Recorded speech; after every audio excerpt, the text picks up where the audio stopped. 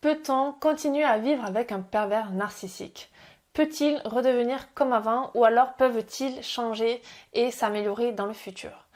On me pose souvent cette question et dans cette vidéo, aujourd'hui, j'ai décidé d'y répondre. Bonjour et bienvenue à vous dans cette vidéo. Aujourd'hui, si vous ne me connaissez pas, je m'appelle Léa, je suis votre coach anti-relations toxiques et j'accompagne les femmes victimes de manipulateurs et de pervers narcissiques à se libérer, se retrouver et se faire confiance pour enfin s'épanouir dans leur vie sans plus jamais culpabiliser ni retomber dans le bras de leurs ex, dans les bras de ces personnes-là. Aujourd'hui, si c'est la première fois que vous me découvrez ou que vous regardez une de mes vidéos, si vous n'êtes pas encore abonné, je vous invite à vous abonner en cliquant sur le bouton rouge, le bouton s'abonner juste ici, en dessous de la vidéo. Et je vous invite également à rejoindre le groupe Facebook que j'ai mis en place pour rejoindre la communauté numéro 1 de femmes engagées à reprendre le contrôle de leur vie et à se libérer définitivement de leurs relations toxiques. Donc si ce n'est pas encore fait, cliquez sur le premier lien en description pour rejoindre le groupe totalement gratuit et privé de cette communauté de femmes engagées. Alors, est-ce que les pervers narcissiques peuvent changer? Est-ce qu'ils vont s'améliorer dans le futur? Est-ce que je peux continuer à vivre avec lui malgré le fait que je sois extrêmement malheureuse? La réponse est non. Non, les pervers narcissiques ne peuvent pas changer parce qu'ils ne le veulent pas. Je pars du principe que toute personne peut changer si elle en a l'envie, si elle veut changer. En fait, c'est pas changer, c'est s'améliorer en fait. Une personne, si elle veut s'améliorer, elle peut. Mais un pervers narcissique, pour lui, eh bien, il ne veut pas changer parce qu'il part du principe qu'il est merveilleux, qu'il est extraordinaire, qu'il est parfait tel qu'il est et du coup il n'a pas cette envie de changer et donc il ne peut pas changer et donc vous ne pouvez encore moins vous le changer. Ensuite, est-ce qu'il va s'améliorer dans le temps?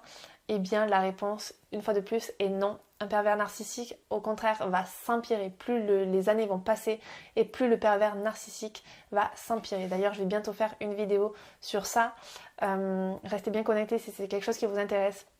Restez bien connectés, activez la cloche des notifications pour ne rater aucune de mes vidéos si ça vous intéresse.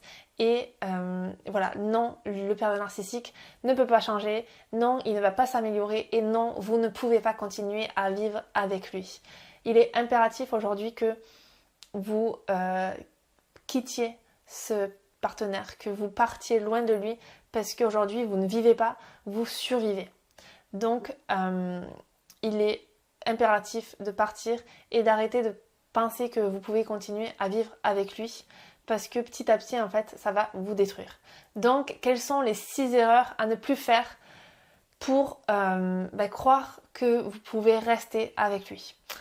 La première erreur à ne plus faire, c'est de vouloir comprendre ce qui se passe en fait, de vouloir le comprendre lui, pourquoi est-ce qu'il fait ça, pourquoi est-ce qu'il me dit ça, pourquoi est-ce que notre relation est comme cela. En fait, arrêtez de vouloir comprendre, arrêtez de vouloir le comprendre parce que en faisant ça, en essayant de le comprendre, vous lui laissez carte blanche dans ses comportements en fait. Et qu'il ait souffert dans le passé ne lui donne pas tous les droits en fait. Qu'il ait souffert dans le passé ne lui donne pas tous les droits, ne lui donne pas tout ce pouvoir.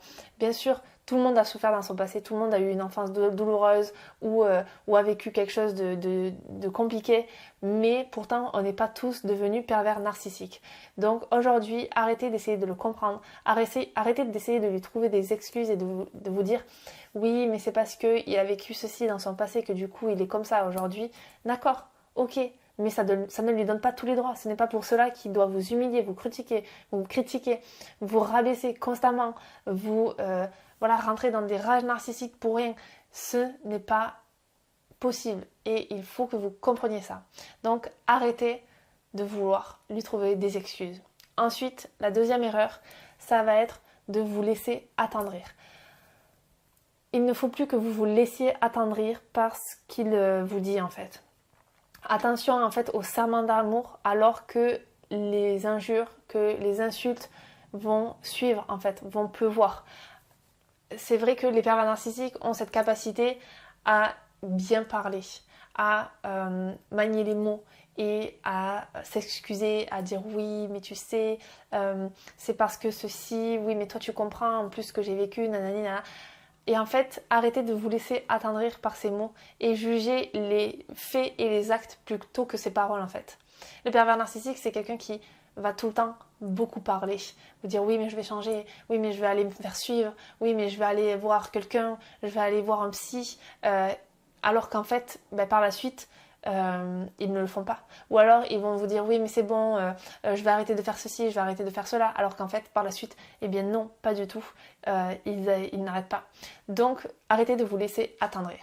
La troisième erreur, ça va être de penser qu'en vous livrant, vous allez pouvoir l'amadouer. Arrêtez de penser que en parlant de vos faiblesses, de vos blessures du passé, de ce qui vous fait mal, de ce qui vous touche, arrêtez de penser qu'en lui racontant ça, eh bien ça va l'amadouer.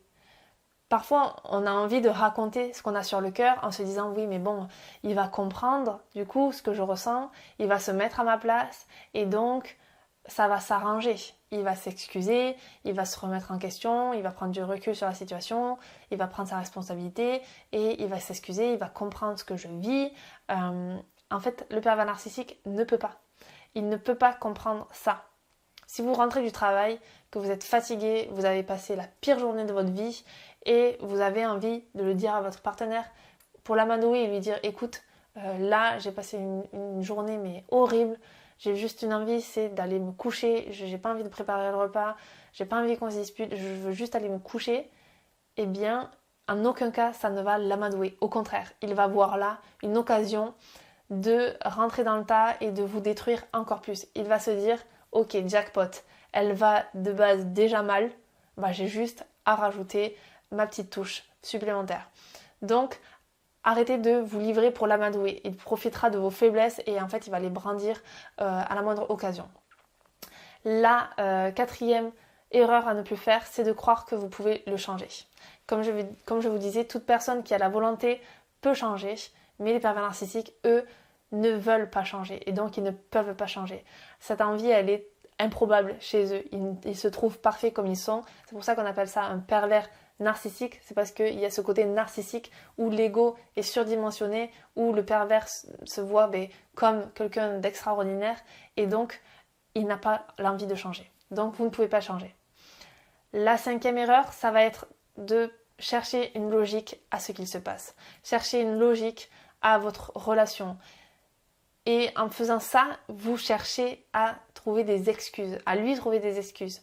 Et ça, il ne faut plus le faire. Il n'y a rien de logique à votre relation. La seule chose logique que vous pouvez vous dire, c'est ok, mon partenaire a une pathologie, ce qui est véridique. Il a une pathologie, il a grandi avec cette pathologie et du coup aujourd'hui il est complètement délirant. Il a des comportements que je ne peux pas comprendre, qui ne sont pas logiques, qui sont logiques pour lui mais pas pour moi et c'est tout. C'est la seule logique qu'il y a. Donc, à partir de là, à partir du moment où vous vous rendez compte qu'en face de vous, vous avez un fou illogique, que rien n'est logique, eh bien, voilà, vous ne cherchez plus à comprendre ce qui se passe. La sixième erreur, c'est de croire que le problème vient de vous. Et ça, c'est la pire erreur qui puisse exister, c'est de croire que le problème vient de vous. Oui, mais c'est de ma faute s'il est devenu comme ça. Oui, mais au début, la relation, elle était bien, c'est de ma faute si elle s'est empirée. Arrêtez de vous dire ça. Au contraire, rien n'est de votre faute. C'est lui le problème. Et alors bien sûr, il faut prendre sa responsabilité aussi, mais arrêtez de culpabiliser et arrêtez de croire que vous êtes le problème. Au contraire. Donc voilà, je reprends ces 6 erreurs. La première, c'est de vouloir le comprendre. La deuxième, c'est de se laisser attendrir. La troisième, c'est de se livrer pour l'amadouer. La quatrième, de croire que vous pouvez le changer. La cinquième, chercher une logique à ce qu'il se passe. Et la sixième, croire que le problème vient de vous. Donc voilà, on arrive à la fin de cette vidéo. J'espère qu'elle vous aura aidé. Si c'est le cas, n'oubliez pas de vous abonner, de mettre un j'aime et de commenter. Si vous avez vraiment quelque chose à retenir de cette vidéo, c'est la dernière erreur. Arrêtez de croire que vous êtes le problème.